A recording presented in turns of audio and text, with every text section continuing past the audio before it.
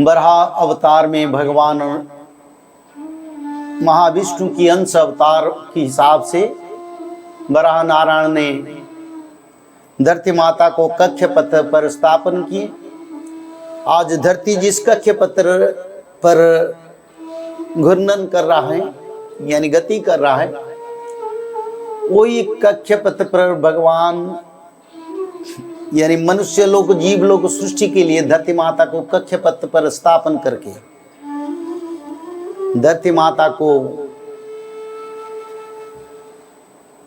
मनुष्य जीव जगत के लिए कल्याणकारी के लिए उसको स्थापना करें।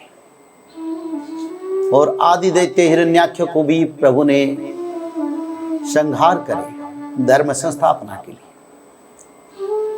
और वराह अवतार के बाद जगन्नाथ क्षेत्र का सृष्टि जो आदि युग सत्य युग का मैं बात कर रहा हूं, जिस समय भगवान सात वैकुंठ का स्थापन किए उसी समय मर्त्य वैकुंठ या आदि वैकुंठ नीलाचल क्षेत्र को स्थापन करे। और उसी समय से भगवान महाविष्णु नील माधव की रूप से नीलकंदर पर देवताओं को द्वारा पहले पूजित थे, क्योंकि आदि युग में मर्त्य पर देवता लोग भी रह रहे थे और आना जाना चल रहा था। जैसे कि कली युग चल रहा है, आप देवता लोगों को दर्शन करना मुश्किल होता है, पर आते हैं श्री जगन्नाथ क्षेत्र को, आते हैं जाते हैं, रोज आते हैं। 33 करोड़ देवा देवी को लेके जगन्नाथ क्षेत्र का निर्माण किया गया।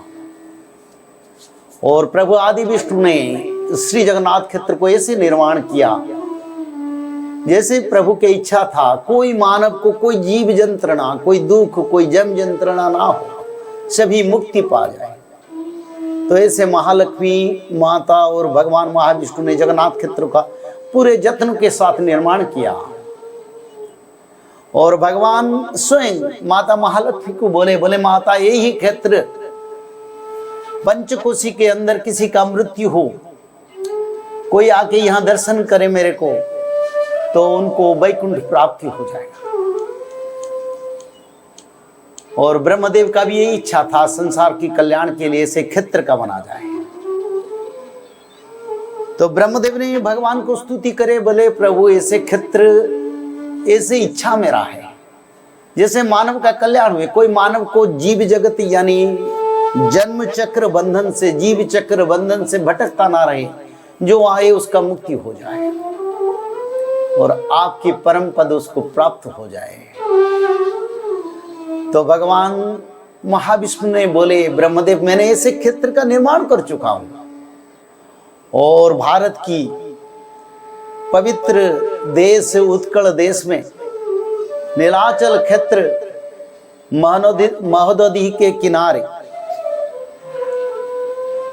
महानदी के उत्तर में वो क्षेत्र अवस्थित है। पंचकोशी के अंदर सभी को वैकुंठ प्राप्ति होता है, कोई भी हो, जड़ चेतन कीट पतंग जो भी हो, मानव हो, सभी को वैकुंठ प्राप्ति हो जाता है उस क्षेत्र में। आप उसके लिए चिंता मत करें। वर्षाणां भारत श्रेष्ठ देशानां उत्कल श्रुत्य उत्कलस्य समो देश देश नास्ति वहीं तरे। भगवान के 24 अवतार की पवित्र अवतार,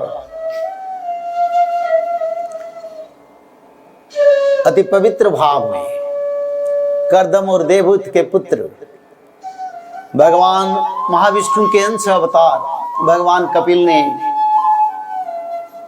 कपिल श्रुति पर वर्णन किए हैं। ये विश्व में 7 वर्ष है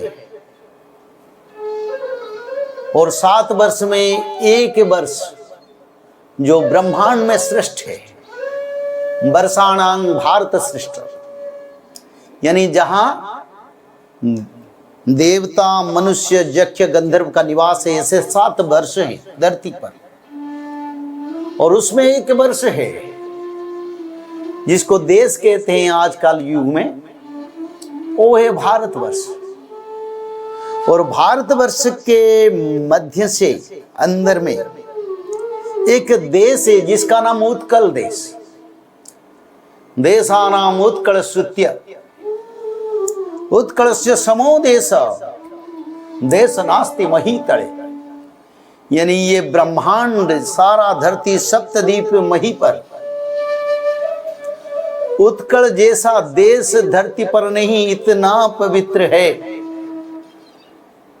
लोग तो मृत्यु के बाद वैकुंठ जाते हैं। कितना कर्म, कितने जन्म का पुण्य फल के बाद मनुष्य लोगों को वैकुंठ प्राप्ति होता है। पर ऐसे क्षेत्र भगवान खुद बनाए, जिस क्षेत्र उत्कल यानी आजकल की आधुनिक उड़ीसा जिसको हम कहते हैं, यही उड़ीसा को भगवान कपिल ने वर्णन किए। ये संसार की सबसे पवित्र भूमि है, जहां आदि विष्णु निवास करते हैं जगन्नाथ के रूप में। कितना पवित्र है श्री जगन्नाथ।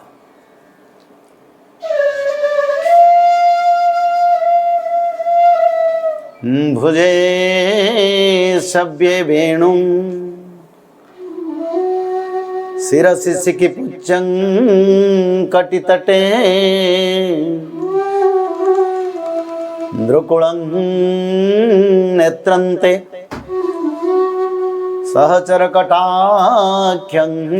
विदहते सदा श्रीमद्वृन्दा वनवसति लीला परिचयो श्री जगन्नाथ स्वामी नयन पथगामी भवतु मे। श्री जगन्नाथ स्वामी नयन पथगामी भवतु मे। कदाचित कालंदी तट विपिन संगीत करवो प्रभु। आप जब कृष्ण के अवतार में अवतरित हुए थे, उसी समय कालंदी के तट पर गोपी और गोपाल के बीच नित्य रहस में मग्न थे और निरंतर गोपियां और गोपालों ने कृष्ण नाम भजन कर रहे थे। भज कृष्णं नित्यं भज कृष्णं नित्यं भज कृष्णं नित्यं भज कृष्णं